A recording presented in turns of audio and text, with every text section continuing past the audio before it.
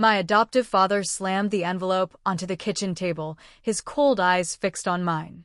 "Your bill," he said, turning away as I tore it open. My vision blurred as I scanned the 12 pages of itemized expenses for raising me 20 years calculated to the exact penny, with payment due immediately stamped in red at the bottom. 3 days after I'd called from the hospital to ask for help with mounting medical bills. My chest tightened as I slid to the floor, still dizzy from the latest round of treatments.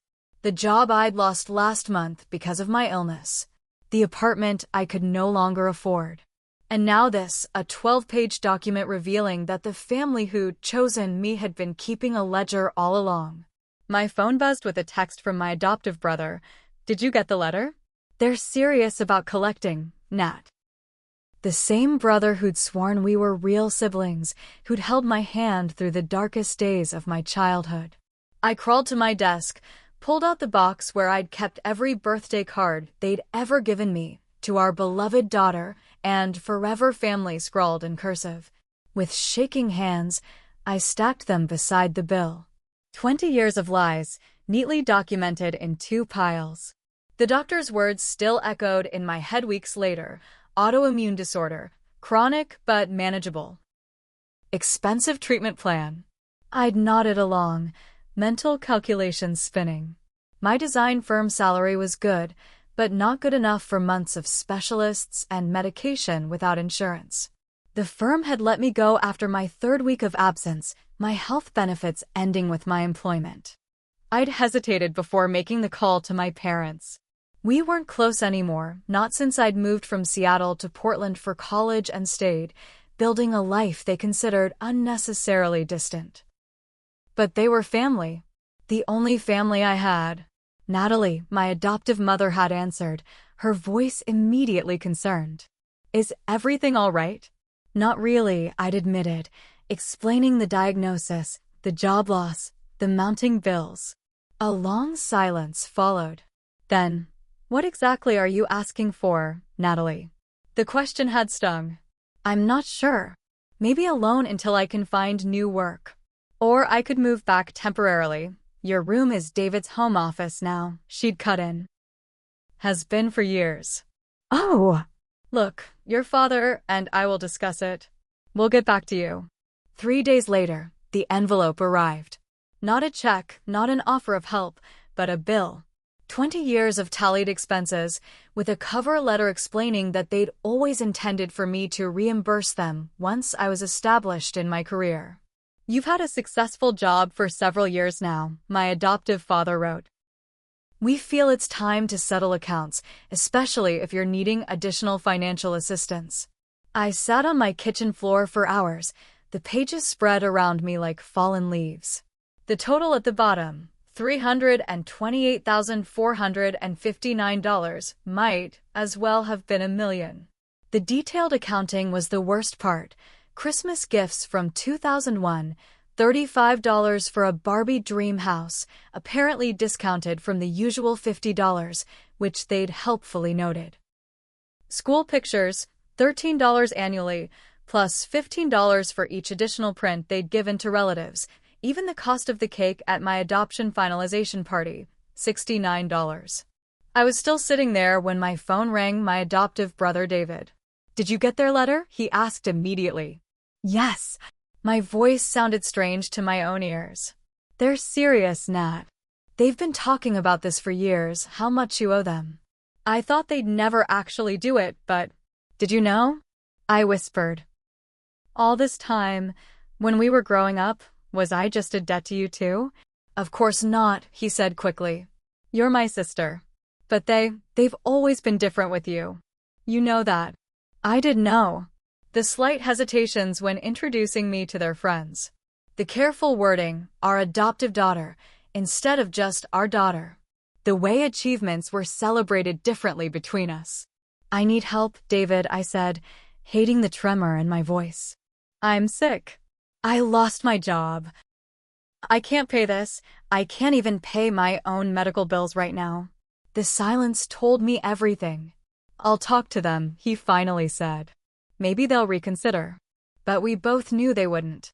That night, I dug through my closet until I found the small box I'd carried from foster home to foster home before the Clarks had adopted me at age 11. Inside was a tattered notebook, my childhood diary, and the few photos I had of my birth mother. There was also a folded piece of paper with a name and phone number I'd never called. Angela Clark, my biological half-sister who'd been adopted by a different family before I was born. My hands shook as I smoothed the paper. A social worker had slipped it to me years ago, breaking protocol. "She's been looking for you," she'd whispered. "It's your choice, but she wants to know you." I'd kept the number but never used it. My adoptive parents had discouraged dwelling on the past, and I'd wanted so desperately to belong to them, to be a real Clark. Now, staring at the medical bills on my counter and the itemized list of my childhood on the floor, I reached for my phone. 3 rings, then a woman's voice. "Hello. Is this Angela Winters?" Formerly Angela Clark." A pause. "Yes, who's this?" "My name is Natalie Clark. I think I might be your sister." Angela lived in Tacoma, just a few hours from Seattle, where my adoptive family still lived. She drove to Portland the very next day, calling in sick to her nursing job. I'd tried to dissuade her. "I'm not exactly at my best right now," but she'd insisted. "28 years I've wondered about you," she said. "I'm not waiting another day." We met at a quiet cafe near my apartment. I spotted her immediately, the similarity in our eyes, the same dark curls I fought with every morning. She was older by 7 years, but we could have been twins. She hugged me before speaking, holding on so tightly I almost broke down right there. "Little sister," she whispered, and something inside me recognized the voice, as if my infant self had heard it before. Over coffee, she filled in the gaps of my history.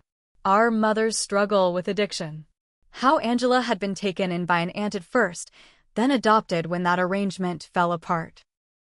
How she'd searched for me for years, finding only bureaucratic roadblocks. "I never wanted to intrude on your life," she explained. "The social worker said you were doing well, that you had a stable family. I just wanted you to know I existed, if you ever wanted to find me." I nodded, swallowing hard. They were stable, I admitted.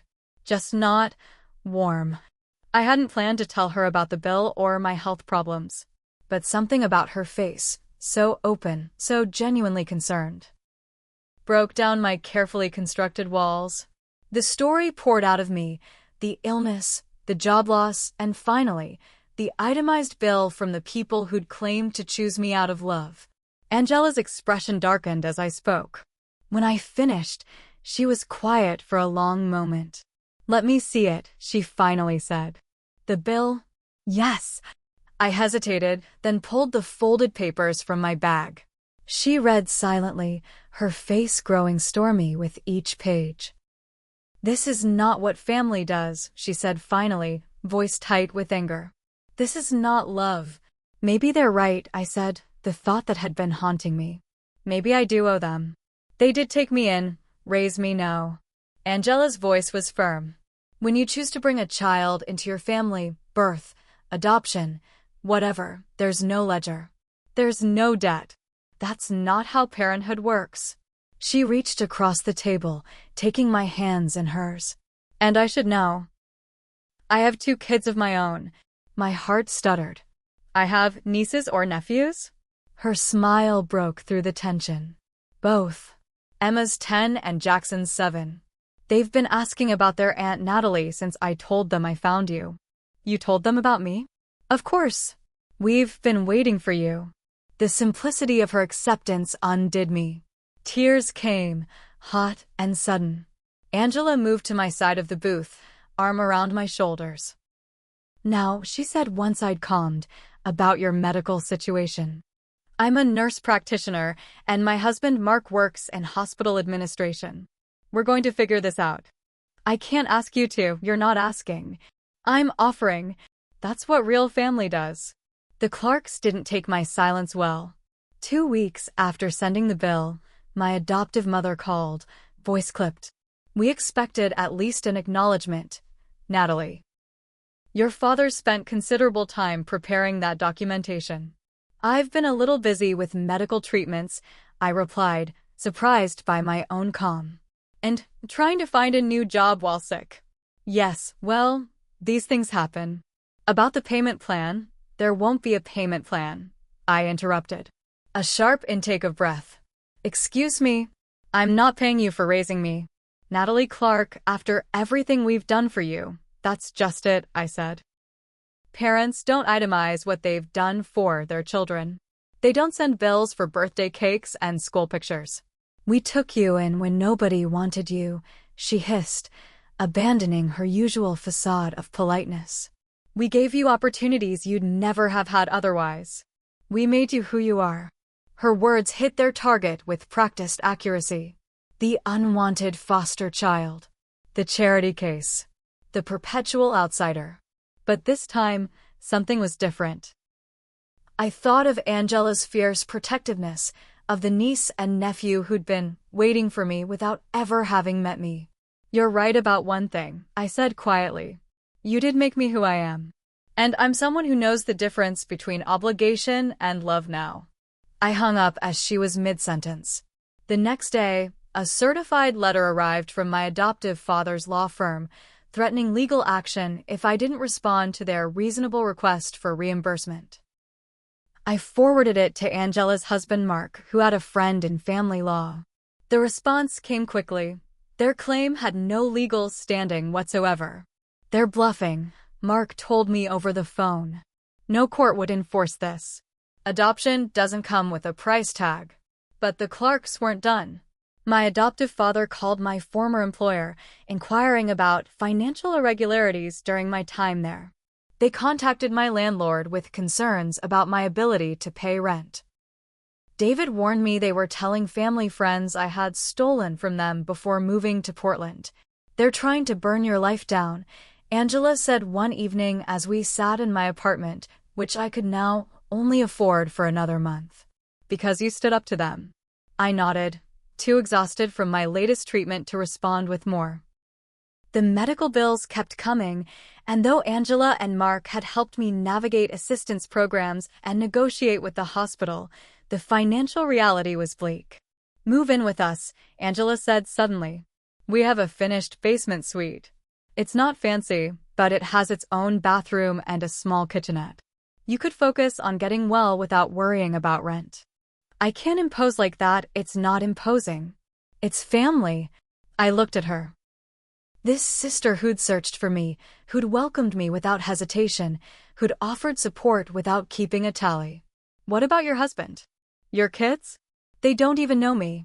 They know enough, she said simply. They know you're my sister and you're sick and you need help. That's all that matters.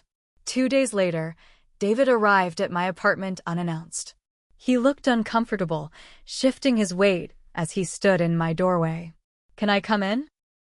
I stepped aside, watching him survey the half-packed boxes scattered around the living room. You're really moving, he asked. Yes, to Tacoma. With her. The emphasis made it clear who he meant. News of my reunion with Angela had not been well received by the Clarks. With my sister, I confirmed. And her family. David flinched. I'm your brother. Are you? Because brothers typically don't stand by while their parents financially terrorize their sick sister. That's not fair. I've tried talking to them, not hard enough. I was surprised by the steel in my voice. You've known how they treated me all these years. The different rules. The higher expectations. The constant reminders that I should be grateful. They adopted you, he started, a familiar refrain. Yes, they did. But parenthood isn't a business transaction. It's not something children have to repay.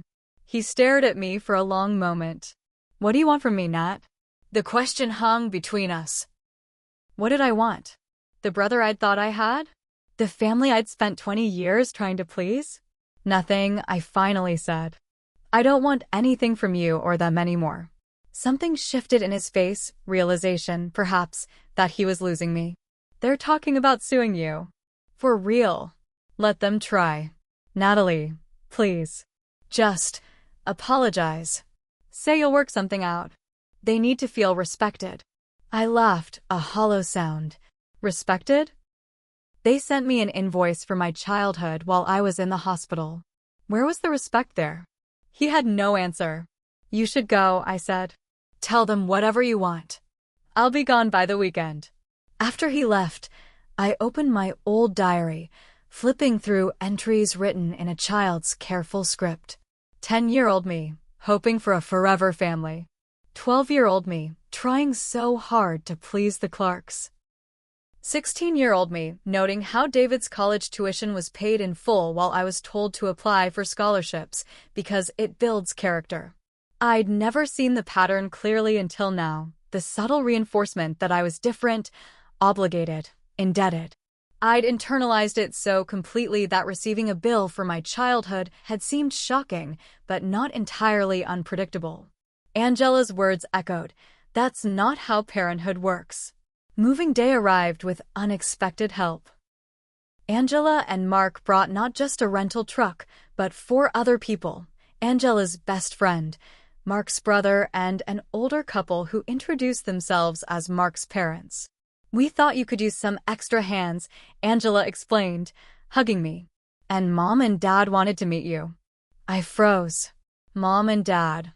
The older woman stepped forward, her eyes warm. We raised Angela from age 9, she explained. We're not her biological parents, but we're her family. Which makes you family too. I didn't know how to respond to such immediate acceptance. The Clarks had taken months to decide to adopt me, a process they'd reminded me of whenever I'd disappointed them. Thank you, I managed. For coming. For helping. Mark's father, Angela's adoptive father, patted my shoulder.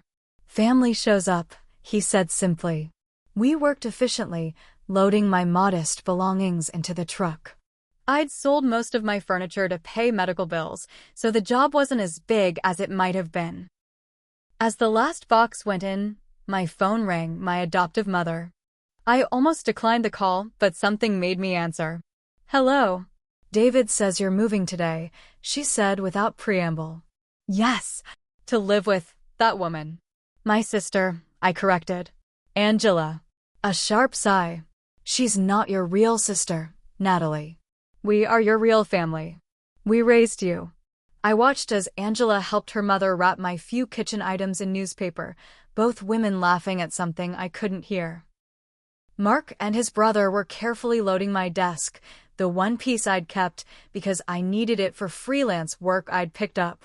Family doesn't bill family, I said quietly. This isn't about the reimbursement request. This is about respect and gratitude. I was grateful, I cut in. For 20 years, I was pathetically grateful for every scrap of affection. I worked so hard to earn your love that I never realized it shouldn't be something I had to earn. Silence stretched between us. If you leave like this, she finally said, don't expect to be welcomed back. I thought of the basement apartment Angela and Mark had prepared, with fresh paint and new curtains. Of Emma and Jackson, who'd sent hand-drawn cards welcoming their new aunt. Of the medical specialists Angela had already connected me with in Tacoma. I won't be coming back, I said simply, and ended the call.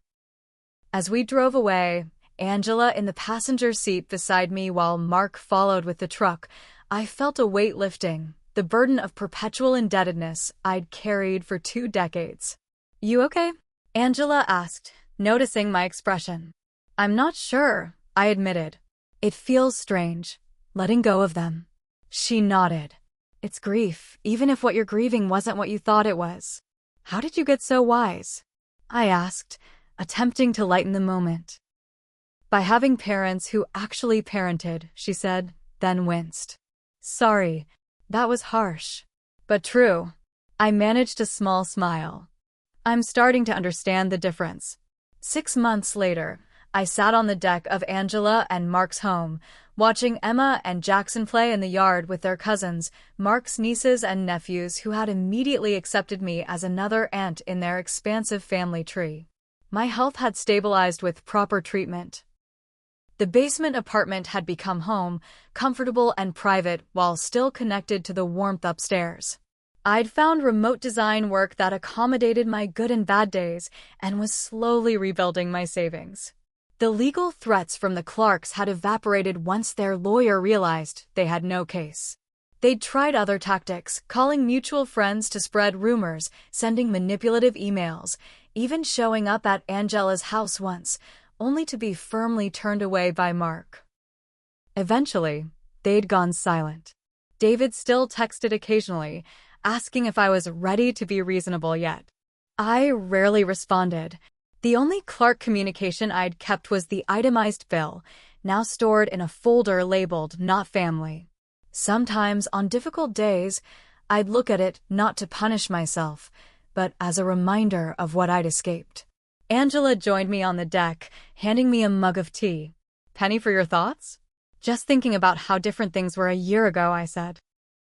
I was so afraid of being alone that I couldn't see how alone I already was with them. She nodded, understanding without needing elaboration. "Family isn't about DNA or legal papers," she said. "It's about who shows up, who stays, who loves without keeping score."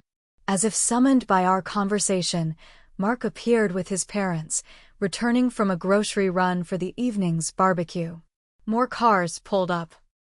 Angela's best friend and her husband, Mark's brother and his family, neighbors who had become friends. They waved to us on the deck, calling out greetings, asking if we needed help with anything.